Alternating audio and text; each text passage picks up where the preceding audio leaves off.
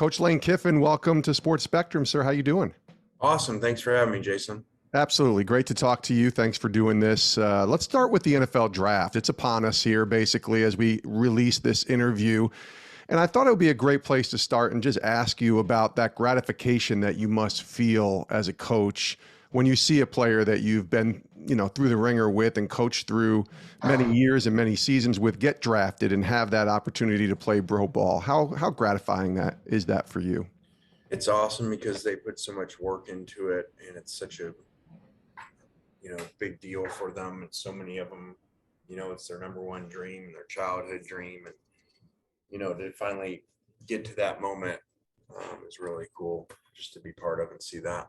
Yeah, you obviously coach to win games. That's your job as a coach. But talk about, as a coach, seeing those wins off the field and what they mean to you when you see a guy go on and not just have success in the NFL, because that's kind of on the field as well, but really just succeeding in life after football. Yeah, I think that, well, I know that has kind of changed over the years with me. For whatever reason, I think that, so much was driven early on about job as a coach was to get the player drafted that, the best college career and drafted the highest that they can. And, now, especially as you kind of get older and you see how many guys, okay, they get that dream, they go to the NFL, and then what, and so many of them calling, looking for jobs that were even high draft picks and already out of their money years later and stuff. So now it's turned a lot more to really enjoying seeing them do well off the field. What was it that kind of ignited that shift for you in that mindset? I'm not sure. Maybe I kind of look towards the FAU experience of, the first time not being at a, top 20 type program where all the 4 or 5-star recruits, everybody thought they were going to the NFL. And so I think going there and just seeing so many kids that were in the moment and, so passionate just about their team and winning versus, getting to the NFL, and so many of them working jobs on the side and, kind of experiencing real life instead of, 5-star life, at the major programs. Lane Kiffin is our guest here on Sports Spectrum. Did you always know you want to coach? I mean, you followed obviously in your dad's footsteps and being around a coach for so many years, but when did you start to realize that coaching was going to be something that you were going to do? I always knew that. I never thought of really anything different. I just was always, I think when I was young and my buddies, I was into watching great players, but, I was already kind of like watching great coaches on the sidelines, and it just always was kind of crazy to me to see someone not in a uniform standing there could make decisions based off of whether that team and that have the outcome of that, whether a team wins or loses, off of one decision here or there. Was pretty neat to me. You must have moved a lot, I would imagine, as a kid, just being the son of a coach. What was that like for you, kind of adjusting to that? Was that just normal and kind of par for the course, or was that something that you kind of, had to, I don't know, get used to, if you will, because it was being at a different place, not all the time, but certainly a couple different places? Yeah, there's good and bad to everything. Like I tell our team or players, no matter what it is, whether it seems good or bad, there's both sides to it. So, the moving thing is rough when you're young and doing that. But the good side is, you got to learn to make new friends, different parts of the country. And I think years later that helps in, recruiting, because you got to go into different areas and deal with different people. And, so I think that was tough, but very beneficial because I know a lot of my buddies that, never moved, same place, never really branched out. Let's intersect the conversation with faith. That's what we do here at Sports Spectrum. I know your faith's important to you. Tell us about that. Tell us about the importance of that relationship that you have with the Lord. I think it was, one that I was, always made to go to church when I was younger. And then probably like a lot of people kind of strayed away from that, especially when ego got involved and success and fame, where you start to really truly believe you're doing it all yourself, and everybody's telling you how great you are. we actually had a speaker here, Ryan Holiday, yesterday, who wrote Ego's the Enemy. So that's fresh in my mind about ego and how that can just Yeah. consume you like an addiction. And so I think kind of like the FAU thing with players, kind of the humbling of the firing, at USC, and then, the long road back to becoming a head coach and stuff. Sometimes you do some searching and, you get humbled a little bit, and kind of found my way back there. And, just really helps me when I'm, in moments of where you're so worried about what everybody's thinking, your wins, your loss, all this. And, when I can remind myself, okay, that's really what I'm defined by, is how am I being as a kid to the Lord, as his son.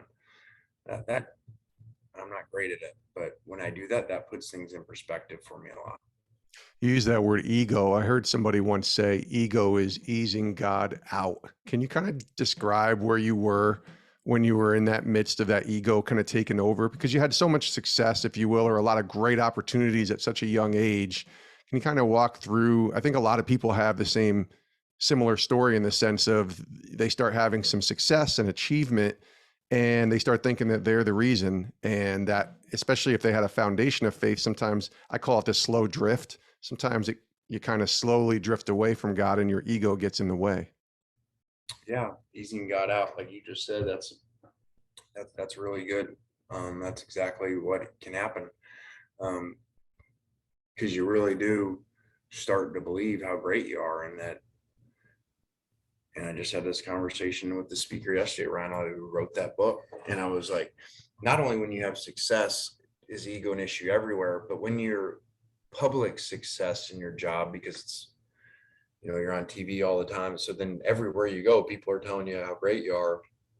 When you're doing well, you start to believe that you are and that you got everything nailed, and that you're the one doing all of it. And, too often we sit when bad things happen and say, oh, we'll give it to the Lord, go pray and give it away. And so, your mistakes and stuff. And just recently someone reminded me of, okay, well, you got to do the same thing with the good things. When good things happen, you got to give them back to him and give them away to him, because he's responsible for them. And that's not near as normal to do. But that if you do that, that protects from the ego coming in, that you're the one doing all of it. Was there a moment for you during this whole sort of, I don't want to say newfound faith, but reconnecting with God? Was there a moment where you thought, okay, God's winking at me here pretty strongly to maybe, reconnect with him? Was there a moment for you that you can recall? I've been fortunate to kind of have a lot of those. And just strange ones. John Gordon, who I had never met, drove from Jacksonville to Boca and said God was telling him to come meet with me. We met like for hours and hours. Wow. Yeah. I know John well. He's a good friend. Warren sent me a book, Purpose Driven Life. Mm. And, highlighted at the front of it, the first words are, "It's not about you." And I was like, you don't have to read the rest of the book when I tell people, like, there it is right there. If you can figure that out, you're going to be a lot happier in life. Because then that guards you from the ego problem. So I've just been fortunate to have a lot of kind of, I guess, wake up calls. We had on your director of character development, Sammy Smith, a few months ago. What a story he has, by the way. I'm sure you've talked to him about that. But he's obviously serving with you guys at Ole Miss. What is his involvement and how has he been in terms of impacting you and helping you grow? Sammy's great. I always think, it's so much easier to listen to people that have gone through rough things. Especially for our players too, that can relate to. And so, his story and, what he's overcome. And then too, how these things happen, like I said, bad and good, I keep saying that in our program, like everything that's bad is good and everything that's good is bad. You just can't see it at the time, and as horrible as going to prison, everything was, I'm sure he would tell you now it was a great thing that happened to him. And most people can't understand how that could be, a great thing to go to prison, but because he's able to connect differently now and impact people differently had he just had an easy life. Hmm. What's discipleship look like with you and him, and maybe anybody else who's pouring into you? Is there, studies that you do with scriptures? Is there just time when you're fellowshipping with other believers? What does that look like for you? Yeah, we have Bible study on Wednesday morning, 7:15. And so um, I like it too because, you're not the head coach. It's the Yeah. only thing around here where I'm not running it, like and listening. So that's refreshing for me. And you just get to, be like everybody else there and someone else is running it. So I really look forward to that time. Sammy does a great job. Do you, I have to imagine when you came to this program, and obviously you get this very cool opportunity at the end of 2019, and then the pandemic hits and everything's kind of crazy and torn and thrown upside down. And I know it was maybe a little different in the South, but what was that like for you? Just coming to a new program and then having the world turned upside down and trying to adjust to all that was going on.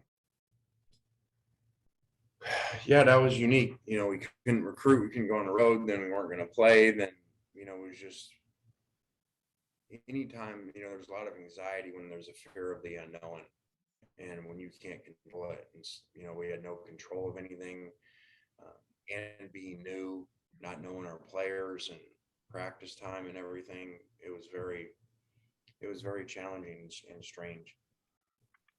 And then playing, I mean, you had some fans, but there was a lot of places that, and especially in the SEC, that had some fans, but there's still 20% capacity, 30% capacity. Everything was kind of thrown upside down. That must have been so fascinating. Yet you still were able to win some games and play in a bowl game. But what's the lesson that you learned from that year? When you think about it as a coach, it had to be the most unique year as a coach you've ever experienced in some ways. Yeah. There's a lot of things you take from it. I remind our guys, it shows you, I always say, just don't do things the way they've been done before because they were, really look at things analytically, challenge why we do things. And, that was an example to me, coaches are obsessed that you need to practice so much and be in pads so long, or you can't be ready to play and all that. And to me, that showed again, you don't have to do the old school way, and practice 3 hours in pads every day and all that stuff, because that was an example of some guys played really well with very limited practice.